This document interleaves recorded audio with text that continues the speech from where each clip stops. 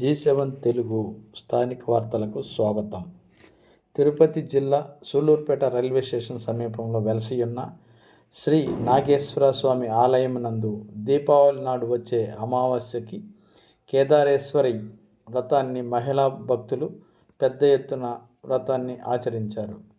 వ్రతానికి వచ్చే మహిళా భక్తులు దీపాలు వెలిగించుకునేందుకు వీలుగా ఆలయ ప్రాంగణంలో స్టాండులను ఏర్పాటు చేసి దీపాలను ఎక్కడ పడితే అక్కడ వెలిగించకుండా ఏ అసౌకర్యము భక్తులకు కలగకుండా ఉండాలని స్టాండులను ఏర్పాటు చేసినట్టు ఆలయ కమిటీ తెలియజేశారు. వ్రతంలో పాల్గొన్న మహిళా భక్తులకు ఎలాంటి అసౌకర్యాలు ఇబ్బందులు లేకుండా కమిటీ సభ్యులు జాగ్రత్త వహించారు. ఎప్పటికప్పుడు ఆలయ ప్రాంగణాన్ని పరిశుభ్రంగా ఉంచుతూ ఆలయ ధర్మకర్త మండలి చైర్మన్ ఆదినారాయణ రెడ్డి ఎప్పటికప్పుడు ఏర్పాటును పరిశీలిస్తూ అక్కడ వచ్చిన భక్తులకు దీపావళి శుభాకాంక్షలు తెలియజేశారు. అంతేకాకుండా స్వామివారికి తీసుకుని వచ్చే పూజా ద్రవ్యాలను ప్లాస్టిక్ కవర్లలో తీసుకొని రాకుండా గుడ్డ సంచుల్లో తేవాలని, అదే రీతిలో స్వామివారిని అభిషేకించే పాలను పాల ప్యాకెట్ల ద్వారా కాకుండా చెంబుల్లో తీసుకొచ్చి గుడిలోని ప్లాస్టిక్ కవర్లు నిషేధించడానికి సహకరిస్తారని భక్తులను కోరారు. వ్రతం అనంతరం ప్రసాదాలను వచ్చిన భక్తులకు అందజేశారు. ఓం నమః శివాయ. ఈరోజు దీపావళి సందర్భంగా సూళ్లూరుపేట మాతృమూర్తులందరూ శివాలయం విచ్చేసి నోములు అనే కార్యక్రమానికి విచ్చేసిన మాతృమూర్తులందరికీ దీపావళి శుభాకాంక్షలు. మా నూతన కమిటీ ఎన్నికైన ఇప్పటి నుంచి శివాలయాన్ని అభివృద్ధి పథకం నడుపుతూ నవరాత్రులు దిగ్విజయంగా చేశాము. అదేవిధంగా ఈరోజు నోములలోనే మాతృమూర్తులందరికీ కావాల్సిన సౌకర్యాలు ఏర్పాటు చేసి బాగా నోములు వచ్చే విధంగా పూజ చేసుకునే విధంగా సౌకర్యాలు ఏర్పాటు చేశాం.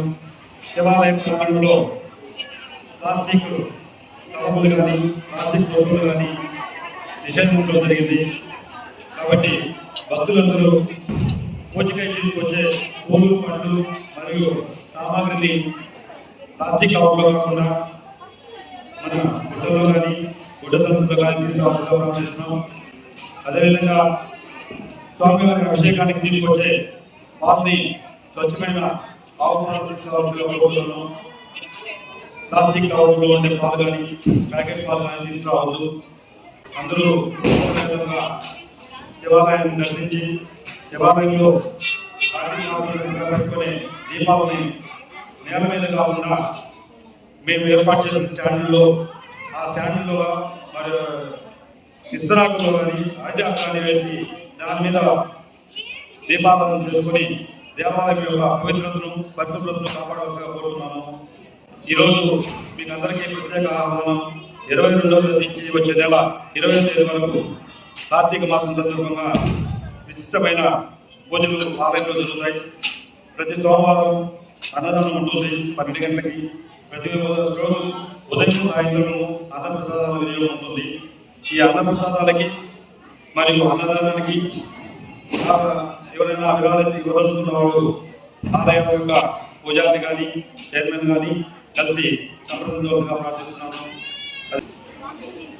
ఈ శివాలయాన్ని స్థానిక ఎమ్మెల్యే శ్రీ నెలవ విజయశ్రీ గారి సహకారంతో మరియు మా కమిటీ సభ్యుల సహకారంతో భక్తుల సహకారంతో అభివృద్ధి పథకం నడిపిస్తారని చెప్తూ ఓం నమః శివాయ. ధన్యవాదాలు. మీ అందరికీ మరోసారి దీపావళి శుభాకాంక్షలు.